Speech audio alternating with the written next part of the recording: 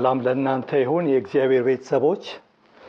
በቀደሙት መልእክቶቻችን በክፍል 3 ላይ አሁን በሰማያዊ ስፍራ በእግዚአብሔር ቀኝ ያለው ኢየሱስ ክርስቶስ አዶናይ እንጂ አዶን እንዳልሆነ፣ አዶኖችን እንጂ አዶናይን ለማይመጥን ለሺህ ዘመን ንግስና ራሱን በአካል በሺህ ዘመኑ ጊዜ እንደማያስገኝ አይተን ነበር። እርሱ አዶናይ የሆነው ጌታ ራሱን በአካል የሚያስገኘውና ንግስናውን የሚያንሰራፋው ቅዱሳን መላእክትና የሰው ልጆች በአንድነት በሚሆኑበት በአዲሱ ሰማይና ምድር እንደሚሆን አብረን አይተናል። በክፍል 4 ላይ ደግሞ የክርስቶስ አካላዊ ዳግማዊ ምጽአት ጠላቶች የእግሮቹ መቀመጫ ተደርገው ሲያልቁ ብቻ እንደሚሆን አይተን ነበር። በመዝሙር 110 ላይ የሚለውን ማሟላት ስለሚያስፈልግ ማለትም በዛ ክፍል ላይ ያለው ነገር ተፈጻሚ መሆን ስላለበት ኢየሱስ ክርስቶስ አካላዊ ምጽአቱን የሚያደርገው ከሺህ ዘመን በኋላ እንደሆነ አይተናል። ይሄ ማለት የሺህ ዘመኑ ጊዜ የመከር ጊዜ መሆኑ፣ ደግሞም ይህ የመከር ጊዜ እስካሁን ካለው በብዙ እጥፍ የሚበልጥ የመጨረሻው የመከር ጊዜ እንደሚሆን አይተናል። እንግዲህ በመዝሙር 110 መሰረት ጠላቶች የእግሮች መቀመጫ እስኪደረጉለት ድረስ በእግዚአብሔር ቀኝ እንዳለ ሊቆይ ይገባዋል ተብሎ እንደተጻፈ ከሺህ ዘመኑ መጨረሻ በኋላ ጠላቶች የተባሉት የሰው ልጆች የእግሮች መቀመጫ ተደርገው ሲያልቁ ብቻ ዳግማዊ ምጽአት እንደሚሆን ነው ያየነው። በዛሬው ክፍላችን ደግሞ ከመለኮታዊ መርሃ ግብር ውስጥ ምንም ሊቀነስ ወይም ሊጨመር ስለማይቻል አንድ ነገር እናያለን። እርሱም ምጽአት ነው። አካላዊ ምጽአቶች ሁለት ናቸው፣ ቀዳማዊና ዳግማዊ ምጽአት። ቀዳማዊ ምጽአት ቃል ሰው ሆኖ የቤዛነትን ሥራ ለመስራት የመጣበት መምጣት ነው። ዳግማዊ ምጽአት ደግሞ መንግስቱን ለመግለጥ፣ ፍርድንና ጽድቅን ለማድረግ፣ የተስፋን ቃል ለማስወረስ የሚመጣበት መምጣት ነው። ይሄኛው መምጣት በአብ ክብር የሚሆን መምጣት ነው። ከዳግማዊ ምጽአት በፊት ግን ክሱትነትን የሚያገኙ ታላላቅ ኩነቶች አሉ። የክርስቶስን አካላዊ ምጽአት የማይጠይቁ እነዚህ ክስተቶች ሁነትነትን የሚያገኙት በመንፈሳዊ መስተጋብር ወይም በስፒሪቹዋል ኢንተራክሽን ነው። ይሄ ማለት ምን ማለት ነው? ጌታ ኢየሱስ ክርስቶስ በመንፈስ ወንዝ መለቀቅ በኩል ራሱን በአካሉ እያስገኘ ሁነትነትን የሚያገኙ ክስተቶች ማለት ነው። እኛም የምናገለግለው እንግዲህ ይሄንን ነው። የመንፈስ ወንዞች መለቀቅ ማለት ጌታ ኢየሱስ ክርስቶስ ራሱን በአካሉ የሚያስገኝበት መለኮታዊ አሰራር ነው። የመጀመሪያው የመንፈስ ወንዝ መለቀቅ በበዓለ ሃምሳ ሁነትነትን ያገኘው እርሱኛው የተቀበሉት ሁሉ የክርስቶስን አዳኝነት፣ መሲህነት፣ እንደዚሁም ትንሣኤ፣ ሕያውነት እየሰበኩ እንዲመላለሱ አርጓቸዋል እስካሁንም ድረስ ማለት ነው። የሁለተኛው የመንፈስ ወንዝ መለቀቅ ግን እንደዚሁም ከዛ በኋላ ያሉት ሶስተኛውና አራተኛው የመንፈስ ወንዝ መለቀቆች ግን ክርስቶስን በተጽዕኖ አምጪነት ማንነቱ፣ በገዥነት ማንነቱ ቤተክርስቲያን እንድትሞላው የሚያደርግ ስለሆነ ልምምዱም እንደዚያው ይሆናል ማለት ነው። ይሄ ማለት የቤተክርስቲያን ፍጻሜዋ እንደ ጅማሬዋ አይሆንም ማለት ነው። ከዚህ በኋላ የሚሆነው የመንፈስ ወንዝ መለቀቅን በመቀበል ተጽዕኖ አምጪነትን መለማመድ፣ ያንንም መስበክ ያንንም መግለጥ ነው የሚሆነው። ያንንም ማሳየት ነው የሚሆነው። የተሞላነውን ያንን ነው የምንሰብከው። የተሞላነውን ያንን ነው የምንለማመደው። የመንፈስ ወንዞች መለቀቅ ዝም ብለው አይደለም የሚመጡት በክርስቶስ ኢየሱስ ያለውን ማንነት ቤተክርስቲያን ተሞልታው እንድትገኝ ነው። በሁለተኛው የመንፈስ ወንዝ መለቀቅ ቤተክርስቲያን ተሞልታ የምትገኘው የክርስቶስ ኢየሱስን የተጽዕኖ አምጪነቱን ማንነት ነው። ስለዚህ ስትለማመድ የምትገኘው ይሄንኑ ነው። ይሄ የመንፈስ ወንዝ መለቀቅ ለቤተክርስቲያን ተልኮን በብቃት መወጣትን ይሰጣል። ማንዴትን በሙላት መጠቀምን ይሰጣል። ማለትም መንፈሳዊ ስልጣንን በሙላት መጠቀምን ይሰጣል። እንደዚሁም ደግሞ ክርስቲያናዊ ትሩፋቶችን በሙላት መካፈልን ይሰጣል። እንደዚህ አይነት ትውልድ አለ። ከዛ በኋላ ደግሞ ሌላ ትውልድ አለ፣ የሺህ ዘመን ትውልድ የሚባል። ያ ትውልድ ደግሞ የሚሞላው የክርስቶስ ኢየሱስን የገዥነት ማንነት ወይም ሰብዕና ነው። በመንፈስ ወንዝ መለቀቅ በኩል በአራተኛው የመንፈስ ወንዝ መለቀቅ በኩል ይሄ ሙላት በእርሱ ዘንድ የሚሆን ሌላ ትውልድ አለ፣ የሺህ ዘመን ትውልድ። ያም ትውልድ እንደዛ እንደተሞላው ማንነት ነው የሚመላለሰው፣ ክርስቶስንም የሚገልጠው በገዥነት ማንነት ነው የሚገለጠው። እነዚህ እውነቶች እንግዲህ የክርስቶስን አካላዊ ምጽአት የሚጠይቁ አይደሉም። የሚጠይቁት አንድ ነገር ነው፣ እሱም ሙላትን ነው። ክስተቶችን አንድ በአንድ እናያቸዋለን።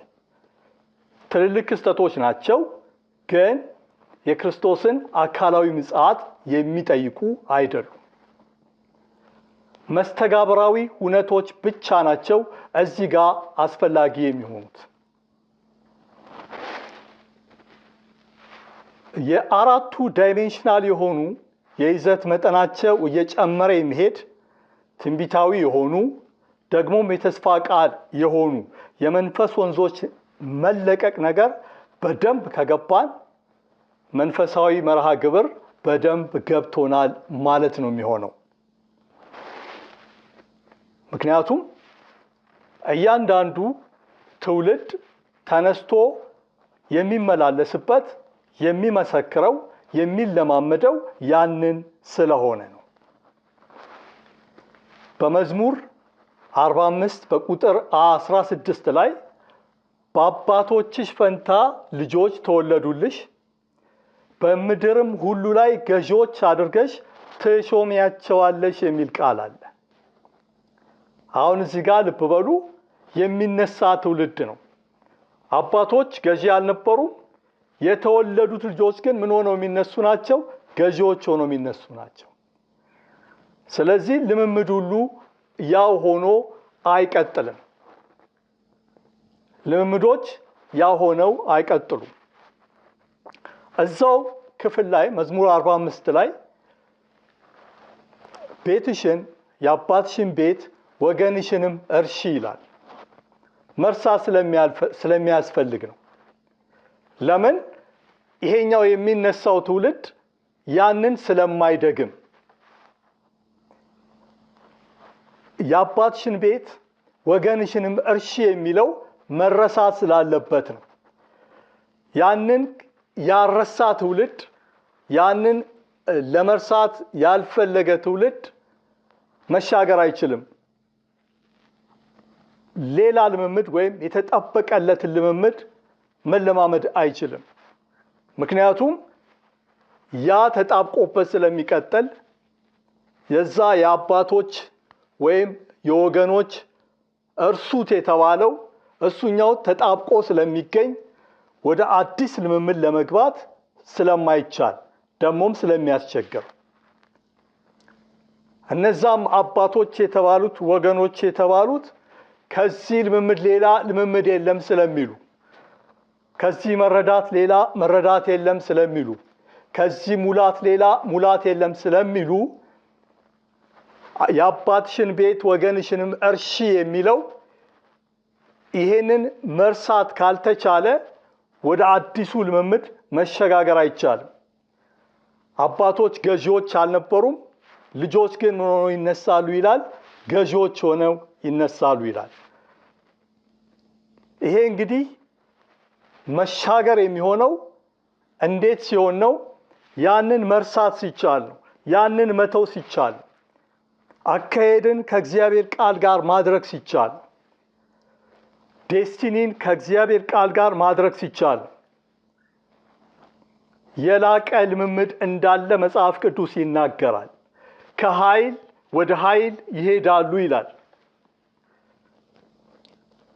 እርሺ የተባለው ያኛው የአባትሽ ቤት ወይም ወገንሽ የተባለው እሱ ከኃይል ወደ ኃይል መሄድ የሚባል ነገር የለም ሊል ይችላል።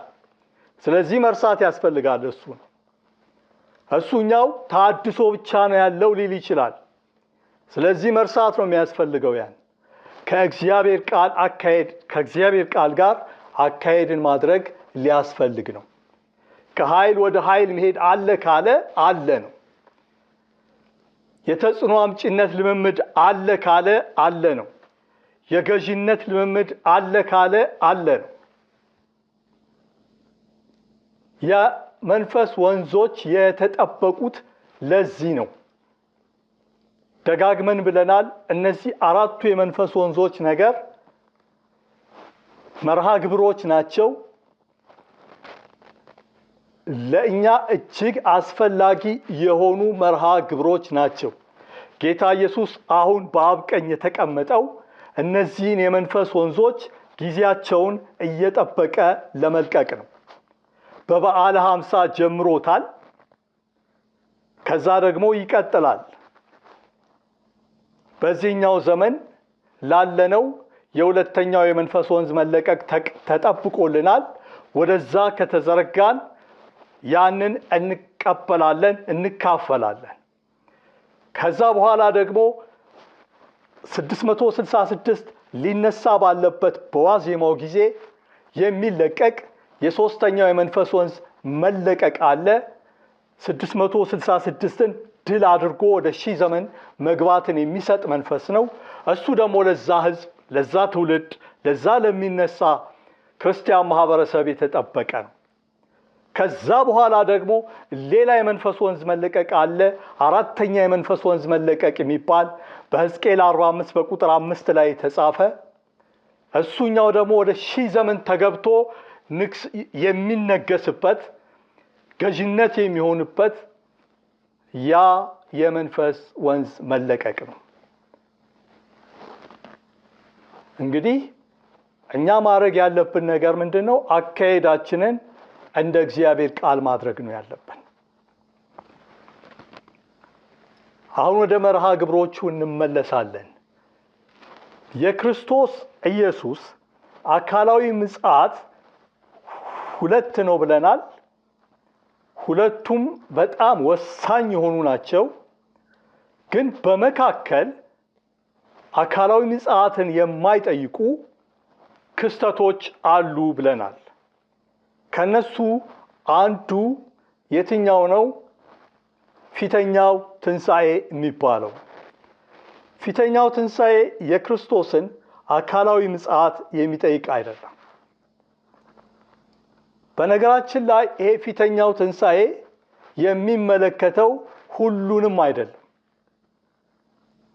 ስለ እነርሱ የተጻፈላቸውን እነርሱን ብቻ የሚመለከት ነው። በራእይ መጽሐፍ በምዕራፍ 14 በቁጥር 13 ላይ ስለ እነሱ የተጻፈላቸው እነሱን ብቻ ነው የሚመለከተው።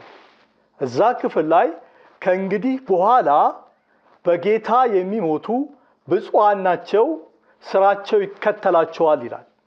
ይሄ ማለት ምን ማለት ነው? ምዕራፍ 13 ላይ ስለ 666 መነሳት ይናገርና አሁን ከዚህ በኋላ ሰማዕትነትን የሚቀበሉ ብፁዓን ናቸው ይላል። ለምን? ስራቸው ወዲያው ነው የሚከተላቸው። ይሄ ማለት ወዲያውኑ ትንሣኤ የሚያገኙ ናቸው ነው የሚለው። ስለ እነርሱ ነው የተጻፈው። እነሱም ይሄ የተስፋ ቃል ስላላቸው ሰማዕትነትን በፍጹም አይፈሩም፣ ሰማዕትነትን አይሸሹትም። ምክንያቱም ስራቸው ይከተላቸዋልና ተብሎ ስለተጻፈ። ራእይ 20 ላይ የሚለው ይሄን ነው። አንገቶቻቸው የተቆረጠባቸውን አየሁ፣ ከእርሱም ጋር 1000 ዓመት ነገሱ ነው የሚለው። ይሄ ትንሣኤ የሚመለከተው እነሱን ነው። ሌሎቹ ሙታን ግን 1000 ዓመት እስኪፈጸም ድረስ ትንሣኤን አልተቀበሉም ይላል።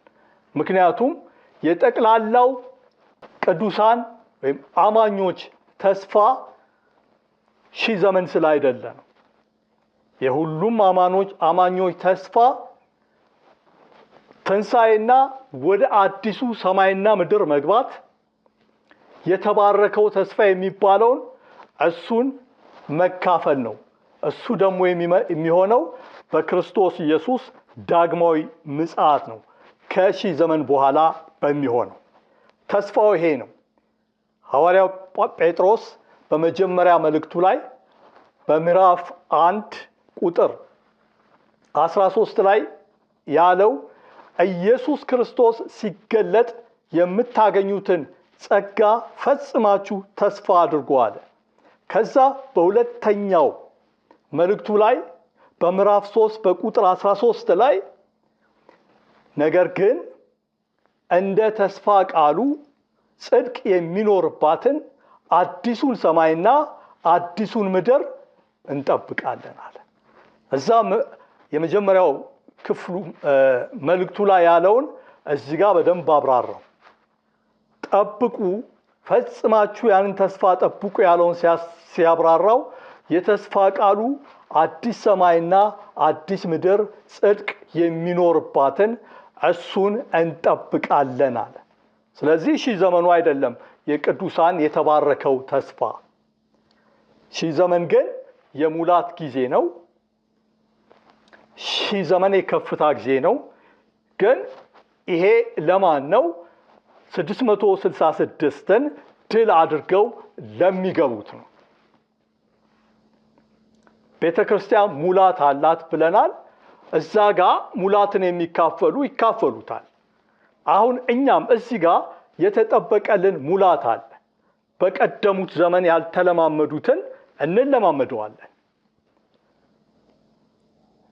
ይሄ ግን ሙላት ነው። የተባረከው የተስፋ ቃል ግን ሁላችንም የምንካፈለው በክርስቶስ ዳግማዊ ምጽአት የሚከሰተው እሱ ነው። ስለዚህ በ1000 ዘመኑም ጊዜ ምን አለ ማለት ነው? ተስፋ ማድረግ አለ፣ ጉጉት አለ፣ እምነት አለ፣ መጠበቅ አለ። እንግዲህ ክስተቶችን ማወቅ አለብን፣ ሁነቶችን ማወቅ አለብን፣ የተስፋ ቃሎችን ማወቅ አለብን።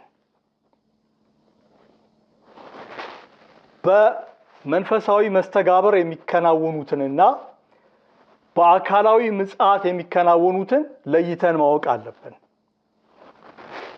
ሌላው ሁለተኛው ነገር በመንፈሳዊ መስተጋብር ሁነትነትን የሚያገኝ የክርስቶስን አካላዊ ምጽአት የማይጠይቀው እሱም የገሃነም ደጆች ድል መነሳት ነው። በራእይ መጽሐፍ በምዕራፍ 19 ላይ የጌቶች ጌታ የሆነው እርሱ በአምባላይ ፈረስ ላይ በነጭ ፈረስ ላይ ተቀምጦ የሚመጣና አውሬውንና ጭፍሮቹን ድል የሚነሳ መሆኑ ተጽፏል። ይሄ ማለት ግን የጌቶቹ ጌታ በተቀቡ አገልጋይ መሪዎች ራሱን አስደርጎ ወይም አድሮ አውሬውንና ጭፍሮቹን ድል ይነሳል ማለት ነው እንጂ በጋማ ከብት ላይ ተቀምጦ ይመጣል ማለት አይደለም። ነጩ ፈረስ ተምሳሌ ነው፣ ተምሳሌታዊ ነው። ተምሳሌነቱም የተቀቡ መሪዎች፣ አገልጋይ መሪዎች የእነሱ ተምሳሌ ነው። ጌታ በእነርሱ ሆኖ ነው የሚወጣው። በመዝሙር ምዕራፍ 24 ከቁጥር 6 እስከ 10 ባለው ክፍል አንድ በጣም አስደናቂ ቃል አለ። እዛ ክፍል ላይ የሚለው ምንድነው? እናንተ መኳንንቶች በሮችን ክፈቱ፣ የክብር ንጉሥ ይግባ። ይሄ የክብር ንጉሥ ማን ነው? እግዚአብሔር ነው፣ ብርቱና ኃያል እግዚአብሔር ነው፣ በሰልፍ ኃያል ይላል ያ ክፍል። እናንተ መኳንንቶች በሮችን ክፈቱ ይላል። የክብር ንጉሥ ይግባ። ይሄ የክብር ንጉሥ ማን ነው? እግዚአብሔር ነው፣ በሰልፍ ኃያል አለ። ስለዚህ ገብቶ የሚዋጋው በቅዱሳኑ መኳንንት በተባሉት ነው። ነጩ ፈረስ እነሱ ናቸው። ይሄንን ግልጽ የሚያደርግ ሌላ ክፍል አለ። ራእይ ምዕራፍ 6 ራእይ ምዕራፍ 6 ስለ ሌላ ነጭ አምባላይ ፈረስ ይናገራል። እዛ ፈረስ ላይ ተቀማጭ አለ። ተቀማጩ አክሊል አለው፣ ቀስት አለው። ተቀማጩ የገሃነም ደጆች ከተባሉት ከሶስቱ ኃይላት ወይም አካላት መካከል አንዱ ነው። እነዚህ የገሃነም ደጆች ተብለው የሚታወቁት በራእይ መጽሐፍ ላይ ያሉት የአሳቹ መንፈስ፣ የክፋት መንፈስ፣ የርኩሰት መንፈስ የሚባሉት እነዚህ መዋቅራዊ ኃይላት ናቸው። እነዚህ አሁን በስውር ይሰራሉ። 666 ሲገለጥ ደግሞ በግላጭ ሶስቱም በጥምረት ሆነው ይሰራሉ። አሁን ፊተኛ ሆኖ የወጣው ምዕራፍ 6 ላይ የመጀመሪያው ማህተም ሲፈታ የወጣው አሳቹ መንፈስ ነው። ከነዚህ የገሃነም ደጆች ከተባሉት አንዱ ማለት ነው። ይሄ ዘ ስፒሪት ኦፍ ዲሴፕሽን የተባለው በነጭ ፈረስ ላይ የተቀመጠው ስፒሪት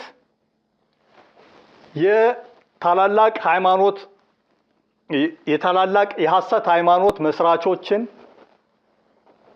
መሪዎችን እነርሱን ሁሉ የተጠቀመባቸው መንፈስ ነው። ነጩ ፈረሶች እነሱ ናቸው። የሃይማኖት መሪዎች፣ የሐሰት ሃይማኖት መሪዎች እና መስራቾች እነዚህ ናቸው።